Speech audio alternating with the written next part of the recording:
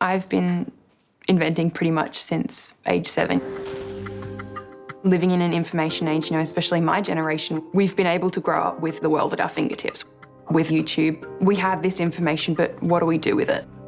I never thought that any of these projects would go beyond my backyard. And I realised that there was actually the potential for this device to be out there, helping people, saving lives.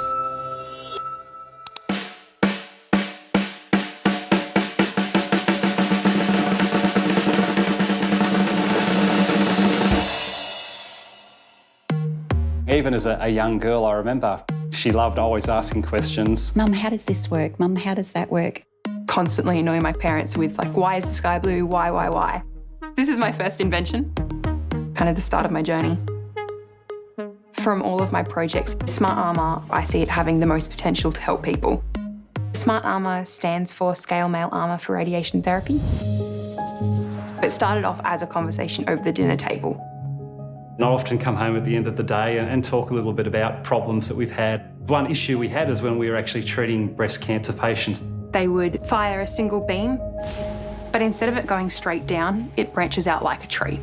So the contralateral breast, which is what's not being treated, can receive excess dose, which has the potential to cause cancer forming later in their lifetime.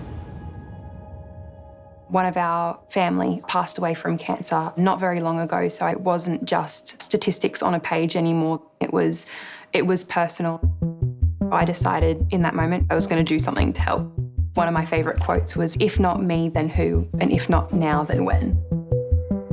I was trying to read scientific journals and understand therapy, but for someone who was, in year 10, trying to learn things that people in a master's degree would be learning, could have been reading it in French. That's when I turned to YouTube.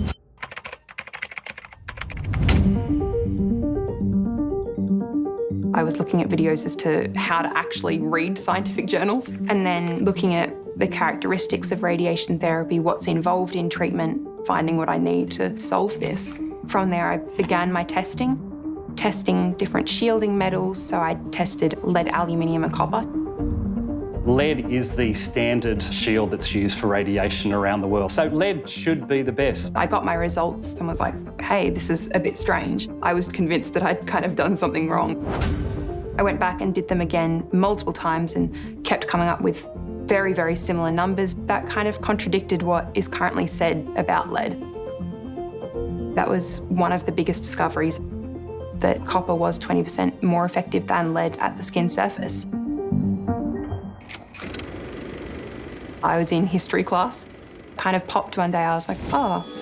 We were looking at ancient armies and looking at scale mail. It was able to fit around people's bodies.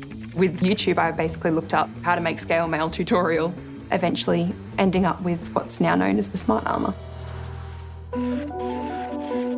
At a hospital in Sydney, I was able to actually set it up as a treatment would be set up, and found that it was able to reduce up to 80% of the dose that was previously there.